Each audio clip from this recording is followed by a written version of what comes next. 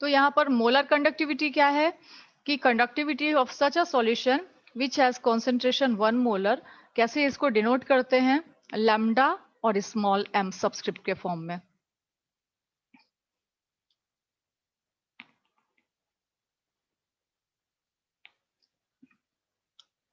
अब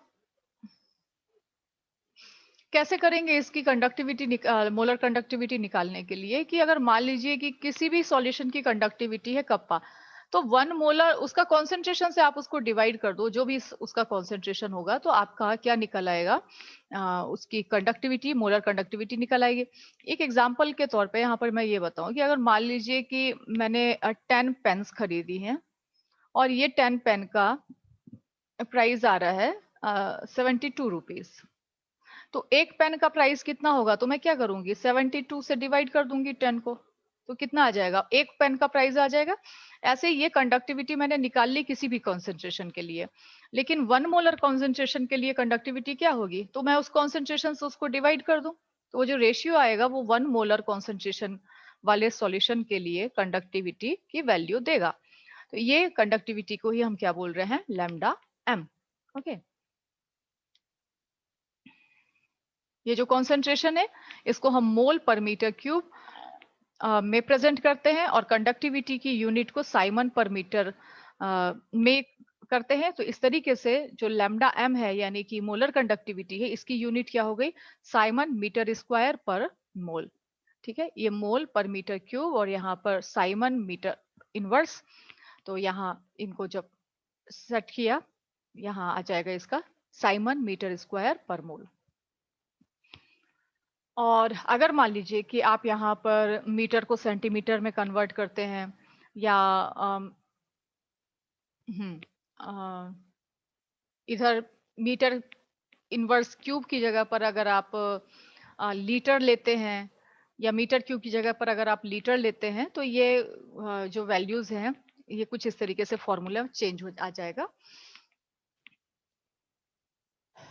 ठीक है, यहाँ पर जो मोलर कंडक्टिविटी है इसकी वैल्यू, इसकी यूनिट हम अगर लें साइमन सेंटीमीटर स्क्वायर पर मोल में, तो यहाँ पर कप्पा जो है उसकी भी वैल्यू को हमको साइमन पर सेंटीमीटर में कन्वर्ट करना पड़ेगा, जो अभी हमने यहाँ पर क्या लिया है, साइमन मीटर इनवर्स लिया है, and multiplied by 1000 into 10 into Simon centimetre cube multiplied by litre inverse. तो ये यहाँ पर किस वजह से इसको लिया, यहाँ हमने कप्पा का जो लिया है ना वो क्या था, साइमन पर मीटर। तो यहाँ साइमन पर मीटर तो हो गया, ओके सॉरी, कॉन्सेंट्रेशन, कॉन्सेंट्रेशन हमने क्या लिया, यहाँ पर मोलारिटी ले रहे हैं हम, मोल पर लीटर। ओके, यहाँ एक्चुअली साइमन मीटर इनवर्स को हमने साइमन सेंटीमीटर इनवर्स में कन्वर्ट किया है, उसी के लिए हमको यहाँ पर ये टर्म से मल्टीप्लाई करना पड़ेगा, तब वो लीटर एंड सेंटीमीटर में कन्वर्ट होगा। ओके, और नीचे जो मोलारिटी है इसको हम मोल पर लीटर में ले रहे हैं। तो इस तरीके से अगर मान लीजिए कि आप इसको सेंटीमीटर में लेते हैं, कुल मिलाकर आपको 1000 से उसको मल्टीप्लाई करना पड़ेगा। यहाँ एक क्वेश्चन है, a conductivity cell is filled with 0.1 molar KCl, the resistance of the KCl solution is 200 ohm. यहाँ पर आपको R दे दिया है, ठीक है, यहाँ पर आपको दे दिया 0.1 मोलर में आपको क्या मिल गया है, ये है कॉन्सेंट्रेशन। ये जो सॉल्यूशन लिया, रेजिस्टेंस ऑफ दिस सॉल्यूशन, ये आपको मिल गया है R की value. The same conductivity cell बोल रहा है, सेम कंडक्टिविटी सेल यानी कि आपका जो G स्टार है ये कांस्टेंट है, is filled with 0.03 molar NaCl। ये क्या हो गया, आपका सेकंड कॉन्सेंट्रेशन हो गया, यानी अगर आप इसको C1 ले लो तो ये दूसरा कॉन्सेंट्रेशन C2 हो गया, and the cell resistance is 500 ohm. तो इसको आप ये पकड़ो कि ये अगर R1 था तो ये हो गया आपका R2 यानी सेकंड सॉल्यूशन का रेजिस्टेंस हो गया। What is the conductivity and molar conductivity of 0.03 molar NaCl? अब ये आपका तीसरे के लिए पूछ रहा है, तीसरे सॉल्यूशन C3 के लिए पूछ रहा है। The conductivity of 0.1 molar KCl solution is 1.29। 0.1 molar KCl solution यानी ये C1 वाले के लिए आपको कंडक्टिविटी की वैल्यू इसने दे रखी है। ठीक है, ये कंडक्टिविटी की वैल्यू इसने दे दी है। अब बोल रहा है इन सबको आप पता लगाओ। तो यहाँ आपको पता है कि conductivity is equal to G G star. ठीक है, अब बाकी की चीजें यहाँ से आप डिराइव कर लो। एक्चुअली हमको यहाँ पर जो सबसे ज्यादा जरूरी टर्म है वो चाहिए जी स्टार, क्योंकि इसने जी स्टार नहीं दिया है। इन सब का जी स्टार कंडक्टिविटी है, molar conductivity of 0.03 molar NaCl solution के लिए आपको कंडक्टिविटी और मोलर कंडक्टिविटी का पता लगाना है, जिसके लिए आपको रेजिस्टेंस भी नहीं दे रखा है। ठीक है, सिर्फ कॉन्सेंट्रेशन दे करके रखा है। तो आपको ये कैसे पता चलेगा? तो यहाँ पर अपन ले लेते हैं ये जी स्टार हुआ है ना, या यहाँ पर हम ऐसा भी ले सकते हैं कि conductivity is equal to 1/r G star. ठीक है, क्यों 1/r? Because G is equal to 1/ resistance. कुल मिलाकर यहाँ पर आ जाएगा, इसका समराइज करें तो ये हो जाएगा G star is equal to kappa into resistance. ठीक है, रेजिस्टेंस यहाँ पर चला गया। तो चलो सबसे पहले हम 0.1 मोलर 0.1 मोलर किसका? KCl सॉल्यूशन का। KCl सॉल्यूशन का पहले हम ये निकाल लेते हैं, यहां से हम जी स्टार निकाल लेते हैं। तो इसके लिए कप्पा की वैल्यू कितनी है इसने दे रखा है, कितनी है ये? 1.29। ठीक है ना, वीडियो ऑन करके रखो सब। 1.29 and this is multiplied by resistance. तो इसका रेजिस्टेंस कितना है? 200 ओम। 200 ओम। 1.29 क्या है ये? साइमन पर मीटर। तो यहां आपका जो जी स्टार है इसकी वैल्यू आ गई। ठीक है, इसकी वैल्यू क्या आ जाएगी? आप इसको यहां पर मल्टीप्लाई करिए, ये हो जाएगा 2 9 जा 18 एंड 2 2 जा 4 एंड 1 5 एंड 2 1 जा 2। तो कितना आ रहा है ये? 258 आ जाएगा, क्योंकि ये डबल जीरो भी यहाँ मल्टीप्लाई होगा, डेसिमल डेसिमल लगेगा। कुल मिलाकर के 250 यहाँ पर आपका मीटर इनवर्स ये आ जाएगा आपका जी स्टार। अब इसके बाद ये 258 आ गया। अब बाकी की चीजों को आप कैलकुलेट कर लो। The same conductivity cell is filled with 0.03 molar NaCl and the cell resistance is 500 ohm. What is the conductivity of and molar conductivity of this 0.03 molar NaCl? तो अब आप यहाँ से कंडक्टिविटी निकाल लो। सबसे पहले तो kappa is equal to G star, conductivity and molar conductivity पूछ रहा। ओके, तो यहाँ पर इसको हम ले लेते हैं। This is kappa star, sorry kappa star नहीं, जी स्टार। ये हो जाएगा G star divided by are. तो जी स्टार अपना निकल आया है, ये तो फिक्स होता है। कितना आ गया ये? 258 एंड डिवाइडेड बाय आर की वैल्यू इसके लिए क्या दे रहा है? 500 मोलर, सॉरी 500 ओम। तो यहाँ पर ये आ गया आपका, ये आ गया आपका क्या? कंडक्टिविटी। ये कंडक्टिविटी आ गई। और कंडक्टिविटी के बाद में अगर आप इसको मोलर कंडक्टिविटी में कन्वर्ट करना चाहते हो तो मोलर कंडक्टिविटी कैसे निकालोगे? लैम्डा, और लैम्डा के का फॉर्मूला क्या हो जाएगा?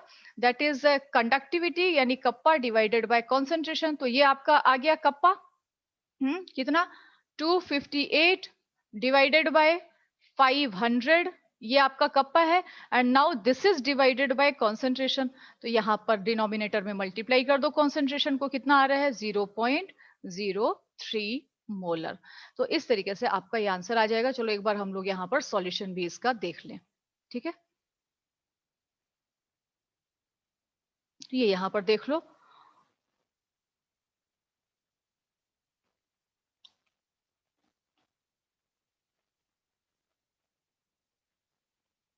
यहाँ पर अपन ने जी स्टार निकाल लिया सबसे पहले, 258 मीटर इनवर्स आ गया।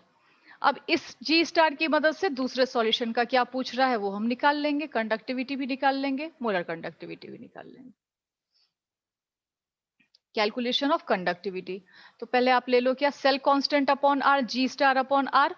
जी स्टार अपन ने पहले ही निकाल लिया, वो तो फिक्स रहेगा, क्योंकि उसने क्वेश्चन में क्या बोला है कि when the same conductivity cell is filled with this. तो सेम कंडक्टिविटी सेल यानी उसका सेल कांस्टेंट तो एक ही रहेगा। तो यहाँ पर हमने निकाल लिया ये कप्पा, और इसके बाद फिर इसी को कॉन्सेंट्रेशन से डिवाइड कर दो इस वैल्यू को, तो आपका आ जाएगा मोलर कंडक्टिविटी। ठीक है, ये लिया हमने conductivity divided by molar conductivity. और क्योंकि अब हमको इसको सेंटीमीटर में कन्वर्ट करना है, तो ये मोल पर लीटर में कन्वर्ट करना है, मोल पर लीटर में, तो यहाँ पर हमने उसको 1000 से मल्टीप्लाई कर दिया, क्योंकि जो कप्पा हमारा आया था वो कंडक्टिविटी हमारा ओके, ये मोल पर लीटर है ना, इस और हमको मीटर क्यूब में आंसर चाहिए, इस वजह से हमने इसको यहाँ पर मल्टीप्लाई किया। क्यों?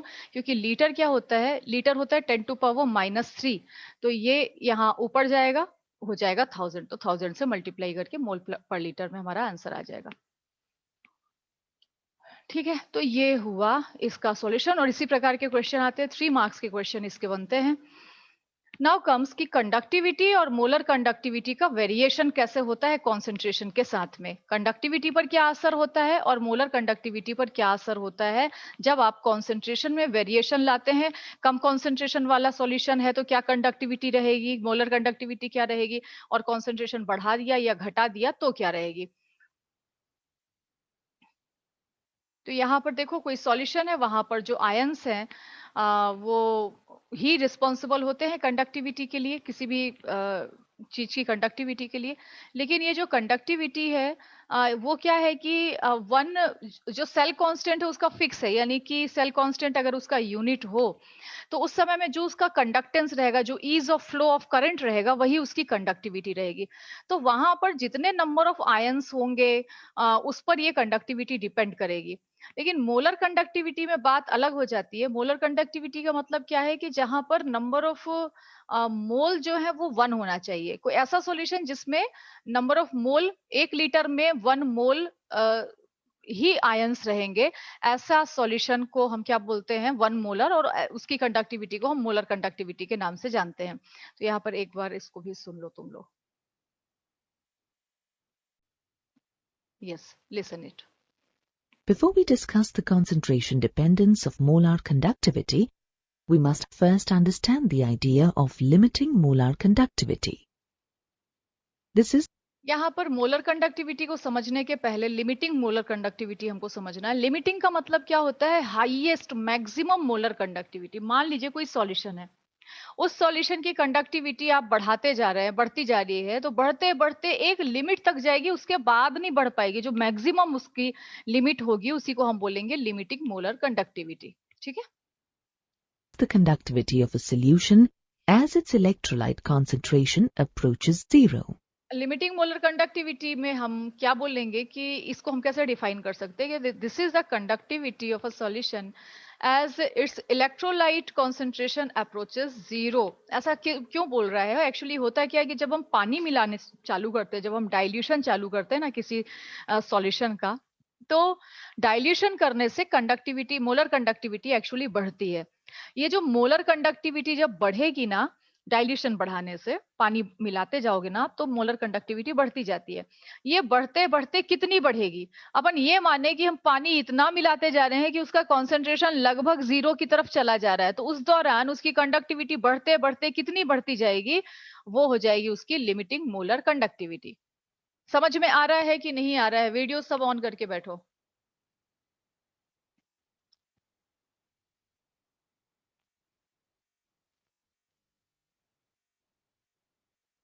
यस।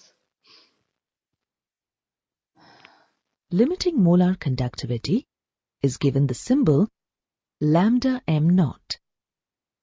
इसको कैसे डिनोट करते हैं, लैम्डा एम, ये मोलर कंडक्टिविटी, नॉट लगा दिया, उसको बोलेंगे limiting molar conductivity. The molar conductivity of strong electrolytes is weakly dependent on concentration. If we plot a graph of molar और ये जो लिमिटिंग मोलर कंडक्टिविटी है, मोलर कंडक्टिविटी, सॉरी लिमिटिंग नहीं, molar conductivity है, वो किसी भी सॉल्यूशन के कॉन्सेंट्रेशन पर डिपेंड करती है। किस तरीके से conductivity डिपेंड कर रही है वो देखो। against the square root of concentration, we see that the y-intercept is the limiting molar concentration. आप देख रहे हो ये लाइन को, केसीएल है कि स्ट्रॉन्ग इलेक्ट्रोलाइट होता है, पानी में जाएगा कंप्लीटली डिसोशिएट हो जाएगा, पूरा टूट जाएगा के प्लस और सीएल माइनस आयन में। आप देखो जैसे जैसे आप इसका कंसंट्रेशन कम करते जा रहे हो, कंसंट्रेशन कैसे कम करेंगे, मान लो कि तुमको एक गिलास शरबत बनाने के लिए बोला गया, और तुमने क्या किया कि शरबत में पानी लिया तुमने और उसमें शक्कर बहुत ज्यादा कर दी, यानी शक्कर का कंसंट्रेशन तुमने बढ़ा दिया। अब तुमको कोई बोले भाई इसका कॉन्सेंट्रेशन कम करो शक्कर का, तो अब आप उसमें घुली हुई शक्कर को निकाल तो सकते नहीं हो। तो कॉन्सेंट्रेशन को कम करने का एक तरीका होता है कि आप उसमें और पानी मिला दो। पानी मिलाओगे तो भी उसका कॉन्सेंट्रेशन, उसकी मिठास कम हो जाएगी। ऐसे ही यहाँ पर केसीएल का कॉन्सेंट्रेशन जैसे यहाँ पर 0.30 ले रहा है। अभी इसको अगर आप कम करते जाओगे, तो कम करने का मतलब ये नहीं है कि आप उसमें से केसीएल को चुन-चुन करके निकाल लोगे, क्योंकि केसीएल तो ऑलरेडी डिसॉल्व हो चुका है। आप क्या करोगे, उसमें पानी मिलाते जाओगे। तो कॉन्सेंट्रेशन का अपोजिट क्या होता है? डाइल्यूशन। ओके? कॉन्सेंट्रेशन का जब अपोजिट चलेगा, उसको हम क्या बोलेंगे? डाइल्यूशन। डाइल्यूशन यानी कि adding water to decrease concentration, to reduce concentration. Okay.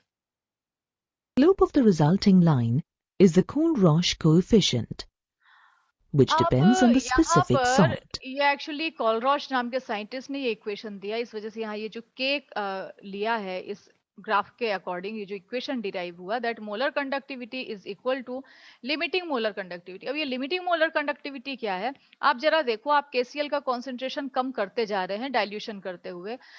अब करते करते ये मान लिया यहाँ तक का पॉइंट आता है, यहाँ तक की वैल्यू आती है, ये यहाँ तक का आएगा point,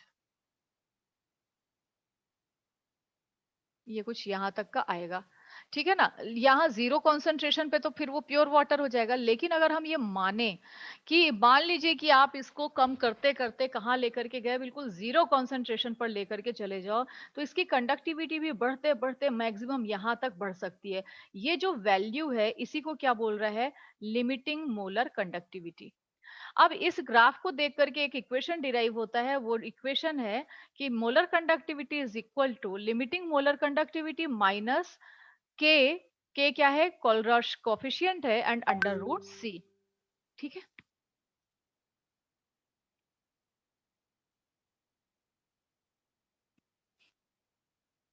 yes. The Kohlrausch coefficient depends on the cation and anion charges of the ions formed by the electrolyte. Okay, ये कोलरॉश कोफिशिएंट किस पर डिपेंड करता है? जो कैटायन और एनायन बने उसका चार्ज कितना है, उस पर ये के की वैल्यू डिपेंड करती है। You can classify electrolytes by the charges formed. जैसे For यहाँ example, पर आप देखो टाइप्स ऑफ इलेक्ट्रोलाइट और NaCl is Kohlrausch considered to coefficient. be a 1,1 electrolyte.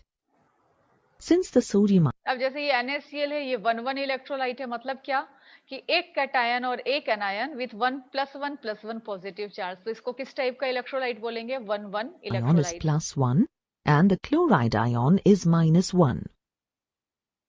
Using similar reasoning, you can classify calcium chloride as a 2,1 electrolyte. Magnesium sulfate is a 2,2 यहाँ पर देखो calcium chloride, क्योंकि calcium के ऊपर 2 पॉजिटिव, क्लोराइड का 1 minus charge, तो ये 2,1 electrolyte है। electrolyte. All electrolytes of a particular type have MgSO4, क्योंकि मैग्नीशियम के ऊपर +2 है, सल्फेट के ऊपर -2 है, तो ये the हो गया same 2,2। Kohlrausch coefficient. Kohlrausch carried out studies on limiting molar conductivity for a variety of electrolytes. From his work, he deduced the law of independent migration of ions, or Kohlrausch's law.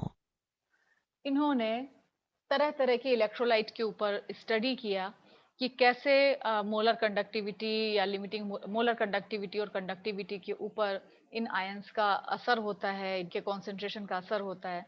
तो उस दौरान उन्होंने अपनी study में एक नई चीज निकाली, और वो है लॉ ऑफ इंडिपेंडेंट माइग्रेशन।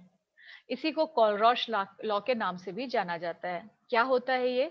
कि the limiting molar conductivity can be represented as the sum of individual contribution of the anion and the cation of the electrolyte. क्या बोल रहा है ये? कहना ये चाह रहा है, ये मान लीजिए कि आपके पास एक इलेक्ट्रोलाइट है NaCl। ठीक है? अब आपको पता करना है कि इसकी मोलर कंडक्टिविटी कितनी है, लिमिटिंग मोलर कंडक्टिविटी। तो लिमिटिंग मोलर कंडक्टिविटी की बात हो रही है ना, जो कि प्रैक्टिकल वैल्यू नहीं है, ग्राफिकली अपन ने खींचतान करके निकाल लिया, प्रैक्टिकल वैल्यू नहीं है, जीरो कॉन्सेंट्रेशन पे आप किसी का निकाल नहीं सकते हो।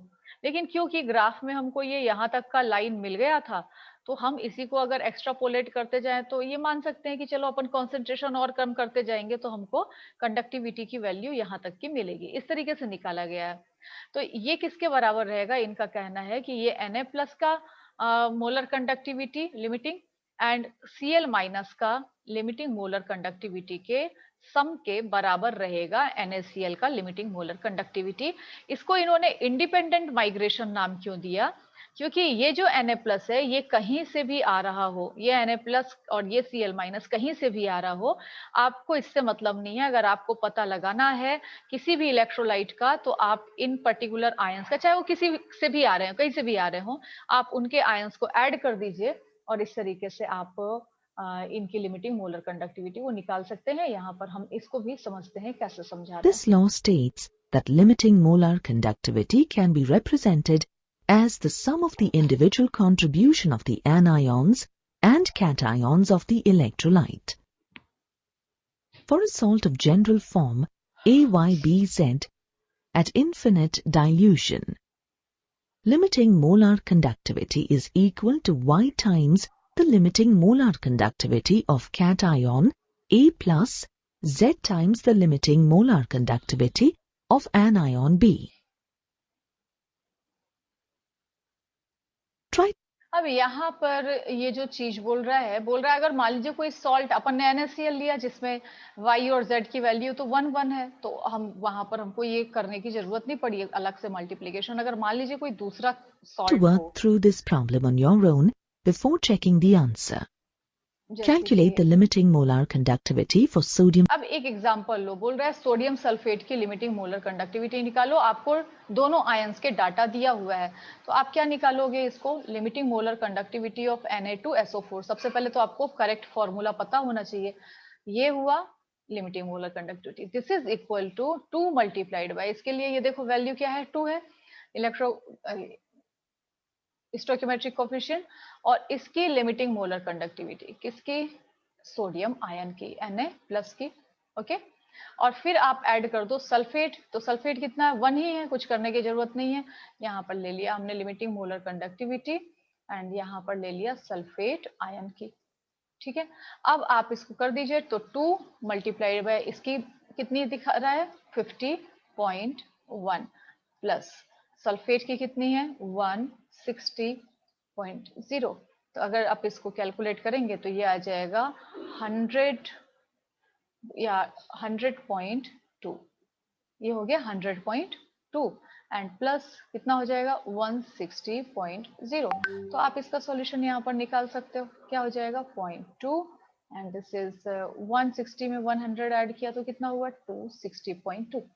ओके, तो इस तरीके से आप इसका ये निकाल सकते हो। बहुत इजी क्वेश्चन आते हैं इसके, अगर आपने ये समझ लिया है तो बहुत ही इजी है, कोई ज्यादा कैलकुलेशन नहीं है। Sulfate from the data given here. इसको यहाँ पर एक बार देख लो।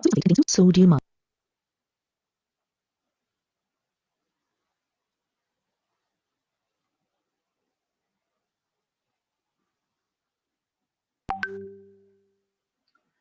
तो ठीक है, फिर यहाँ पर ये आपने देखा, ये रहा आपका सॉल्यूशन, और इस तरीके से हम किसी का भी निकाल सकते हैं इसके क्वेश्चंस जो हैं। ओके, क्लियर हुआ क्या? यहाँ पर ये इतनी चीज क्लियर हुई कैसे मोलर कंडक्टिविटी कैलकुलेट करना है अपने को? ओके, हाँ, अब आते हैं variation of conductance with concentration weak electrolyte के लिए। अभी तक हमने जो देखा था ना, वो स्ट्रॉन्ग इलेक्ट्रोलाइट के लिए था कि एकदम से जो है वो कॉन्सेंट्रेशन कम करते ही साथ में मोलर कंडक्टिविटी बढ़ती जाती है। लेकिन वीक इलेक्ट्रोलाइट थोड़े से अलग टाइप के होते हैं। इनके केस में क्या होता है, इसको जरा समझना। Greatly on the concentration of the solution.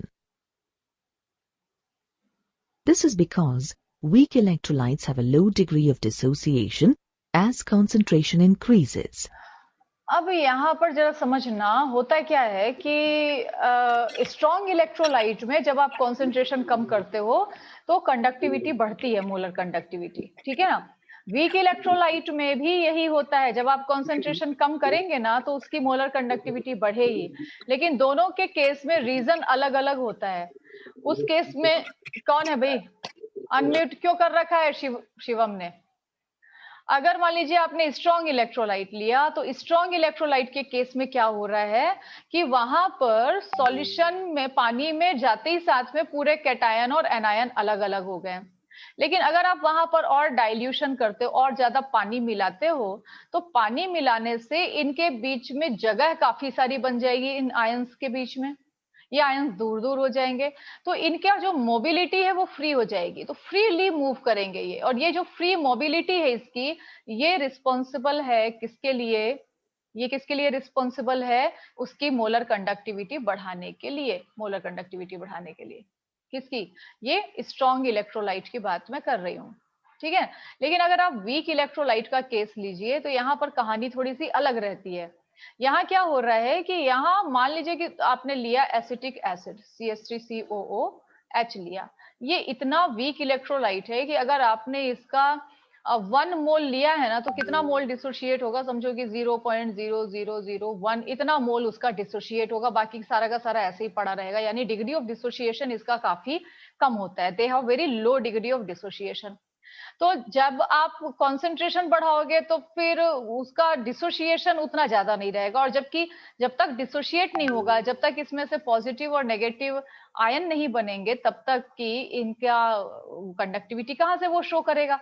तो जितना ज्यादा डिसोसिएशन होगा उतना ज्यादा वो कंडक्टिविटी शो करेगा। तो वाटर ऐड करने से, ऑन एडिंग वाटर, इसका जो डिसोसिएशन है ना ये बढ़ेगा, अल्फा, अल्फा यानी क्या, डिग्री ऑफ डिसोसिएशन, ये इंक्रीज होता जाएगा।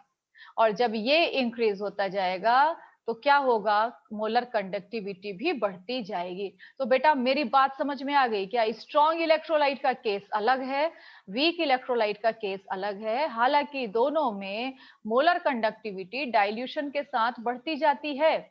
जब आप डाइल्यूशन करते जाओगे, पानी मिलाते जाओगे, मोलर कंडक्टिविटी बढ़ती जाएगी। लेकिन स्ट्रॉन्ग इलेक्ट्रोलाइट में थोड़ा स्पेस ज्यादा मिल गया, फ्रीली मूव कर सकते हैं अब आयन, उसके कारण बढ़ रही है। वीक इलेक्ट्रोलाइट में डिसोसिएशन बढ़ रहा है, इसके कारण बढ़ रही है। Okay, Since the relationship isn't linear, we can't determine the limiting molar conductivity by extrapolating back to zero concentration.